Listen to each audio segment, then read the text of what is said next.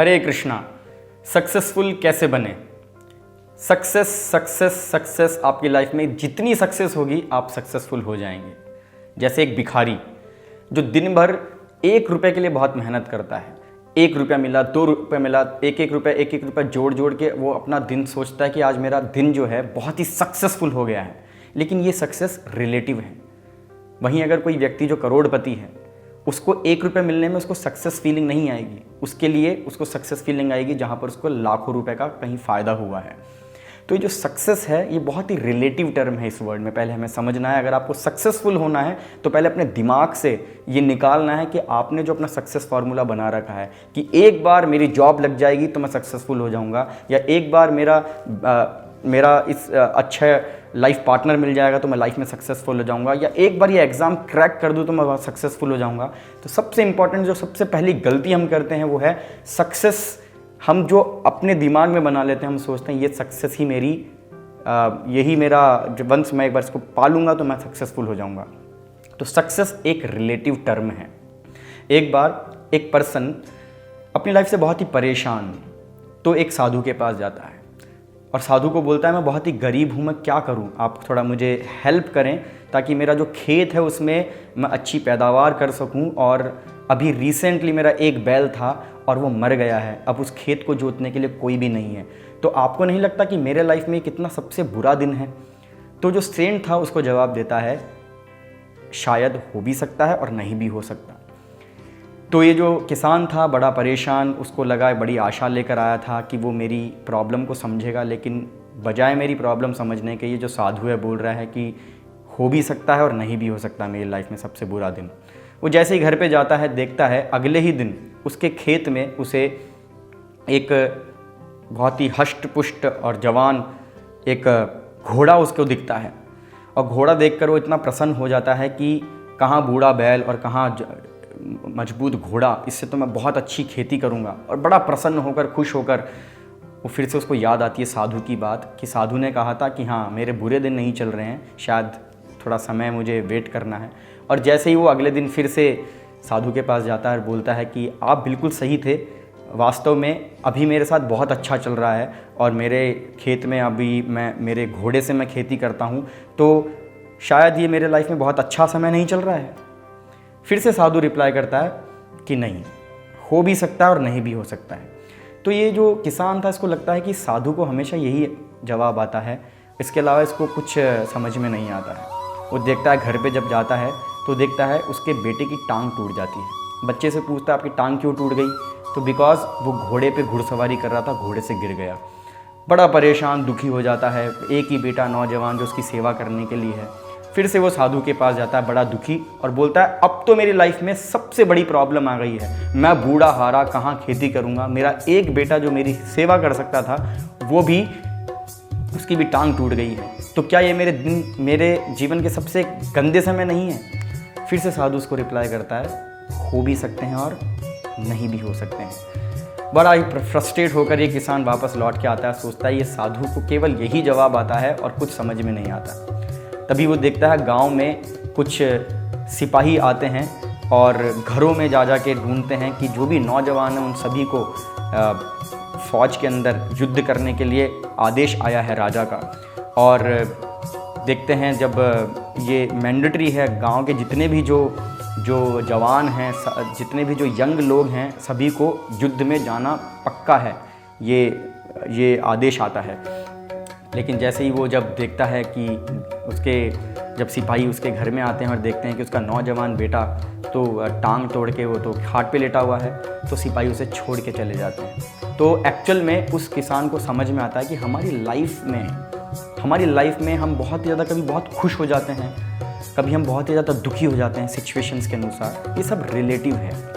आपूर्यमानम अचलम अप्रतिष्ठम, जैसे एक समुद्र है, समुद्र अपने आप में संतुष्ट है, उसमें इतनी नदियाँ बहती हैं, इतनी नदियाँ एंटर होती हैं, गंगा, यमुना, नर्मदा, सिंधु, कावेरी, सतलज, ब्रह्मपुत्र, कई नदियाँ समुद्र में जाती हैं, लेकिन समुद्र बिल्कुल भी डिस्टर्ब नहीं होता है।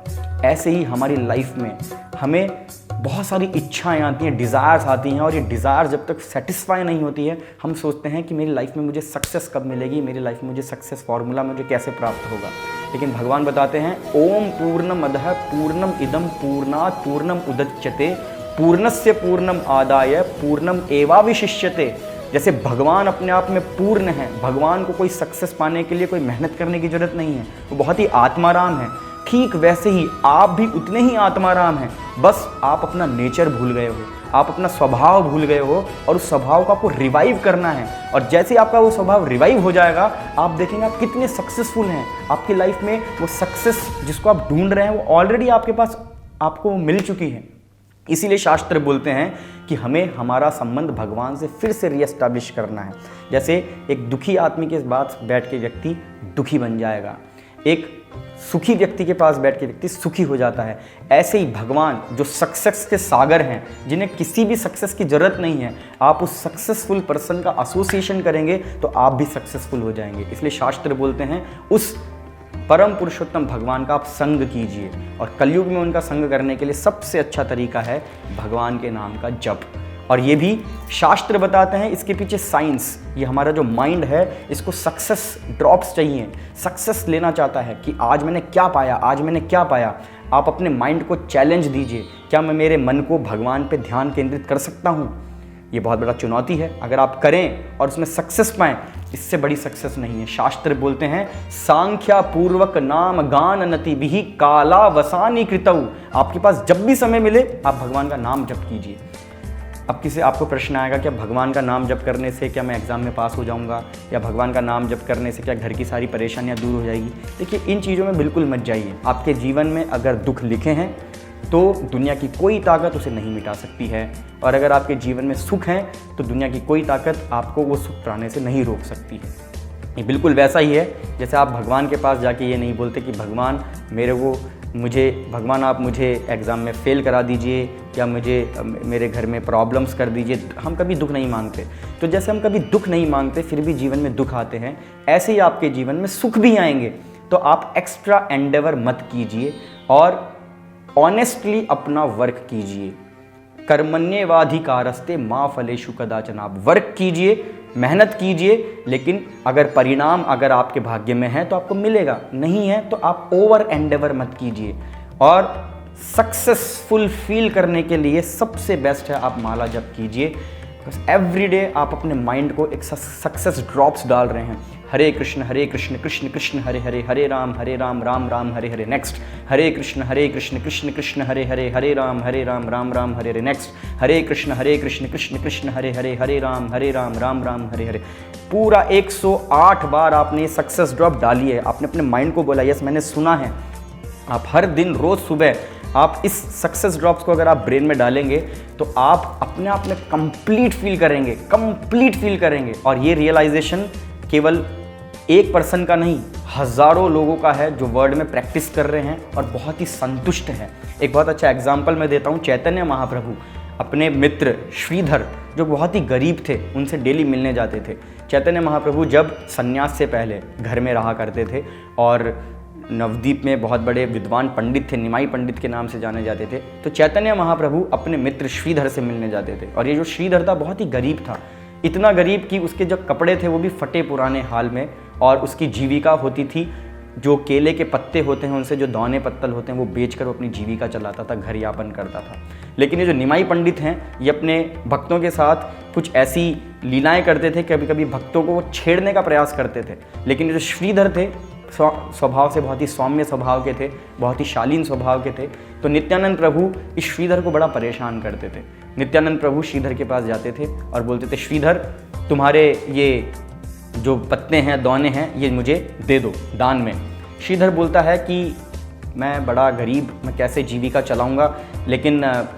लेकिन चैतन्य महाप्रभु का जो सौम्य रूप जब वो देखता था श्रीधर, तो चैतन्य महाप्रभु को मना नहीं कर पाता था, और वो चैतन्य महाप्रभु को खुशी खुशी वो दाने पत्तल दे देता था। चैतन्य महाप्रभु फिर भी कोशिश करते थे कैसे मैं श्रीधर को परेशान करूं। तो एक दिन चैतन्य महाप्रभु श्रीधर को बोलते हैं श्रीधर तुम कितने गरीब हो, तुम्हारे पास पहनने के लिए कपड़े भी नहीं हैं। तो श्रीधर बोलते हैं कि महाप्रभु निमाई मेरे पास कपड़े नहीं है, किसने कहा, मैं कपड़े पहन रहा हूँ, मेरे पास कपड़े हैं, मैंने पहने हुए हैं। बोले देखिए तुम्हारे कपड़े पे कितने फटे हुए हैं, दाग धब्बे लगे हैं। तो श्रीधर बहुत अच्छा उत्तर देता है। श्रीधर बोलता है कि इस संसार में एक राजा है जो अपनी सिचुएशन के अनुसार बड़े बड़े लमाजमों के साथ बड़ी अच्छा ऑपुलेंस में, ऐश्वर्य में रहता है। एक साधारण व्यक्ति भी अपनी जीविकाएं पूरी कर लेता है, यहाँ तक कि पशु पक्षियों को भी उनके जीवन से जुड़ी जो बेसिक नीड्स हैं वो फुलफ़िल हो जाती हैं। तो मुझे भी मेरे तन ढकने के लिए जो मेरी नीड है वो फुलफ़िल हो रही है, तो मैं इसमें संतुष्ट हूँ। तो महाप्रभु स्पेशली निमाई जब ये उत्तर सुनते हैं तो बड़े ही हैरान हो जाते हैं। फिर बोलते हैं, अच्छा श्रीधर, मुझे पता है तुम निश्चित रूप से बहुत सारा व्यंजन छुपा के खाते हो। तो श्रीधर जो थे, श्रीधर वो जानबूझकर, उनको पता था कि निमाई उनसे बहुत ही इस प्रकार की लीलाएं करते थे। तो श्रीधर बड़े ही हंसमुख स्वभाव में बोलते थे कि आप जो भी समझें, लेकिन मैं बड़ा संतुष्ट हूँ, सादा भोजन लेकर भी मैं बहुत खुश हूँ। और अगर आपको लगता है कि मेरे घर में बहुत सारे व्यंजन रखे हैं तो आप आइए और देखिए, आपको भी स्वागत है। वो कभी भी डिस्टर्ब नहीं होते थे, कभी भी डिस्टर्ब नहीं होते थे। तो जो भक्त होता है, और विशेष रूप से जो व्यक्ति जप करता है, जप करने से हमारे में डिवाइन क्वालिटीज़ आती है, संतोष आता है। और अगर हमारे जीवन में हम जो भी चाहते हैं वो उसके लिए आप प्रयास कीजिए, लेकिन प्रयास करते करते इतने पागल मत हो जाइए कि नहीं मुझे वो सक्सेस चाहिए। सक्सेस ऑलरेडी है, हम भगवान का नाम जप करें और उसमें संतोष फील करें, तो आप हमेशा अपने आप को सक्सेसफुल मानेंगे। Success success success. Hare Krishna Krishna Krishna Hare Hare, Hare Ram Ram Ram Hare Hare. Success. Hare Krishna Krishna Krishna Hare Hare, Hare Ram Ram Ram Hare Hare. Success. मैंने ध्यान से सुना, मेरा मन यहीं पर था। हरे कृष्ण कृष्ण कृष्ण हरे हरे, हरे राम राम राम हरे हरे। सक्सेस। ये सक्सेस ड्रॉप डालिए डालिए डालिए। सक्सेस सक्सेस सक्सेस से आप सक्सेसफुल हो जाएंगे। हरे कृष्णा।